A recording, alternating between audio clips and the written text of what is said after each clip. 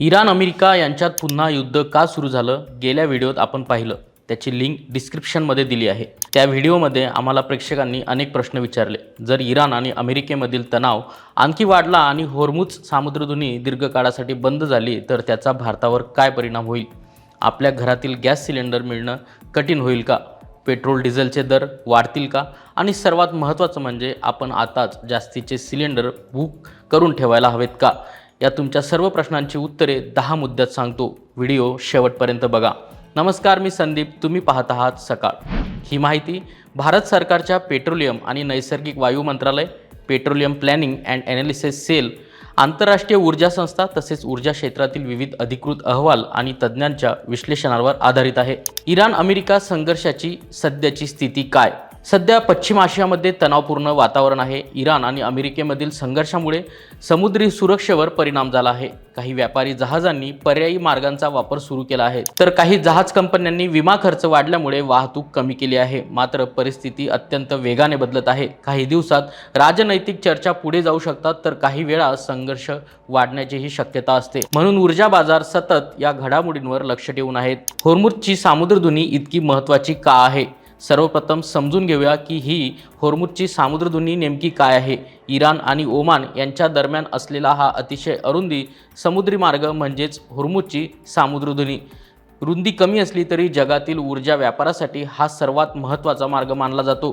आंतरराष्ट्रीय ऊर्जा संस्थेच्या आकडेवारीनुसार जगातील सुमारे 20% कच्चे तेल आणि मोठ्या प्रमाणातील द्रवीकृत नैसर्गिक वायू म्हणजेच LNG याच मार्गाने जगभर पोहोचतो। सौदी अरेबिया, कतार, संयुक्त अरब अमिराती, कुवेत, इराक यांच्यासारख्या देशातून निघणारी वाहतूक, तेल आणि LPG वाहतूक याच मार्गाने होते। त्यामुळे हा मार्ग बंद झाला की संपूर्ण जगाच्या ऊर्जा बाजारात मोठी अस्थिरता निर्माण होते।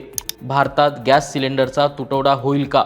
हा सर्वात मोठा प्रश्न आहे। उत्तर आहे तात्काळ नाही, पण परिस्थिती दीर्घकाळ टिकली तर दबाव नक्कीच वाढू शकतो। गेल्या 2 दिवसात कच्च्या तेलाचे भाव 13% वाढले। भारतामध्ये वापरल्या जाणाऱ्या घरगुती LPG पैकी जवळपास 8 ते 90% LPG आयात केली जाते आणि त्यातील मोठा हिस्सा मध्य पूर्वेतील देशांकडून येतो। या पुरवठ्याचा प्रमुख मार्ग म्हणजे होर्मुझची सामुद्रधुनी। म्हणजेच हा जर मार्ग काही दिवस बंद राहिला तर लगेच सिलेंडर संपणार नाहीत, कारण भारताने आधीच मोठा साठा करून ठेवला आहे।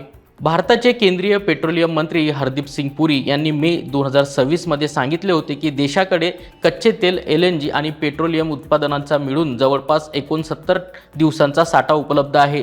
त्याचबरोबर LPGचा जवळपास 45 दिवसांचा स्वतंत्र साठाही तयार ठेवण्यात आला आहे। याचा अर्थ असा की साधारण 1.5 महिना ते 2 महिने भारताला तात्काळ अडचण येणार नाही। म्हणजेच आपत्कालीन परिस्थितीसाठी राखीव तेलासाठाही आहे। विशाखापट्टणम, मंगळुरू आणि पाडूर यांसारख्या ठिकाणी हे साठे ठेवण्यात आले आहेत आणि भविष्यात त्याची क्षमता आणखी वाढवली जाऊ शकते। भारत होर्मुझवर किती अवलंबून आहे? ऊर्जा क्षेत्रातील आकडेवारी पाहिली तर एक मनोरंजक चित्र दिसते। घरगुती LPG साठी भारत अजूनही मोठ्या प्रमाणावर मध्य पूर्वेवर अवलंबून आहे। मात्र कच्च्या तेलाच्या बाबतीत परिस्थिती बदलली आहे। रशिया, अमेरिका, ब्राझील, आफ्रिकेतील काही देश आणि इतर बाजारपेठातून भारत मोठ्या प्रमाणावर कच्चे तेल आयात करू लागला आहे। विशेषतः रशियाकडून येणारे तेल होर्मुझ मार्गाने येत नाही, म्हणून पेट्रोल आणि डिझेलच्या तुलनेत LPGवर होर्मुझ बंद होण्याचा परिणाम जास्त होऊ शकतो।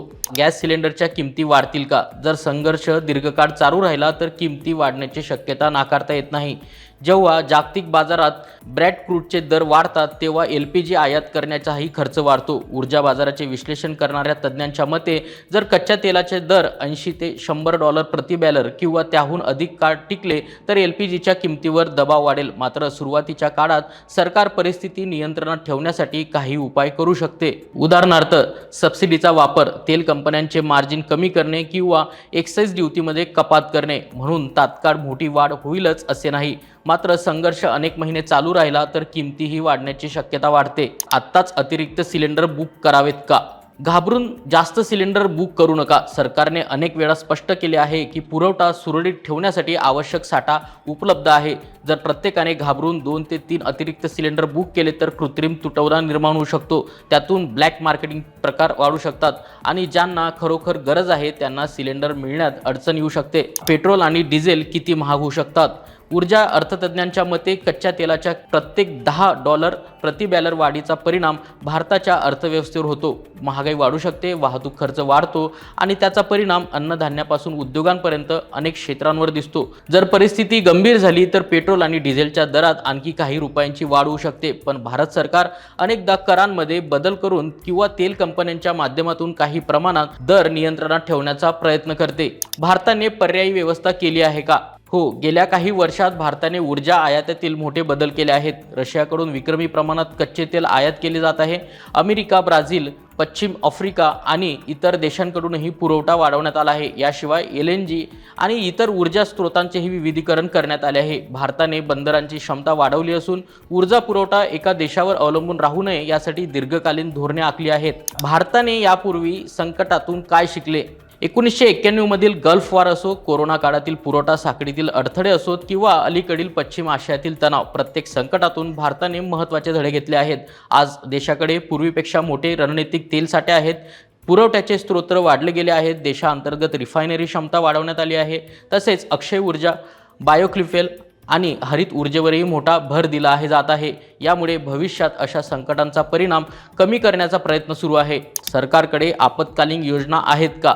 जर परिस्थिती आणखी गंभीर झाली तर सरकारकडे अनेक पर्याय उपलब्ध आहेत. आवश्यकतेनुसार रणनीतिक साठा बाजारात सोडणे, अधिक आयात करणे, तेल कंपन्यांना अतिरिक्त उत्पादनाचे निर्देश देणे, सबसिडी किंवा कर वसुली जाहीर करणे आणि मित्र देशांशी समन्वय साधून सुरक्षित पुरवठा सुनिश्चित करणे, हे सर्व पर्याय सरकारकडे उपलब्ध आहेत. याशिवाय भारतातील नौदल आणि संबंधित यंत्रणाही समुद्री सुरक्षेवर लक्ष ठेवून आहेत. होर्मुझची सामुद्रधुनी बंद झाली तर भारतासाठी हा नक्कीच चिंतेचा विषय आहे, कारण LPG साठी भारत अजूनही मोठ्या प्रमाणावर मध्य पूर्वेवर अवलंबून आहे. मात्र भारताने मोठे तेल साठे तयार केले आहेत, पर्यायी आयात व्यवस्था उभी केली आहे आणि ऊर्जा सुरक्षेसाठी दीर्घकालीन धोरणावर काम सुरू आहे. म्हणून सध्या तरी घाबरण्याची गरज नाही. गॅस सिलेंडरचा तात्काळ तुटवडा होण्याची शक्यता फार कमी आहे. मात्र जर हा संघर्ष अनेक महिने चालू राहिला तर LPG आणि पेट्रोल डिझेलच्या किमतीवर परिणाम होऊ शकतो. त्यामुळे अफवांवर विश्वास ठेवू नका, घाबरून अतिरिक्त सिलेंडर साठवू नका आणि अधिकृत सरकारी माहितीवरच विश्वास ठेवा. अशा आंतरराष्ट्रीय संकटाच्या काळात भारताने ऊर्जा सुरक्षेसाठी आणखी कोणती पावलं उचलायला हवीत असं तुम्हाला वाटतं? तुमच्या सूचना कमेंटमध्ये नक्की लिहा. या विषयावर तुम्हाला आणखी कोणती माहिती हवी आहे का? तसेच पुढचा व्हिडिओ कोणत्या विषयावर हवा हे देखील कमेंट करून नक्की सांगा. महाराष्ट्रातील सर्व बातम्यांचे विश्वासार्ह व्यासपीठ. सकाळच्या सर्व सोशल मीडिया प्लॅटफॉर्मला लाईक, फॉलो आणि सबस्क्राईब करा. तसंच सर्व नोटिफिकेशनसाठी बेल आयकॉन प्रेस करायला विसरू नका.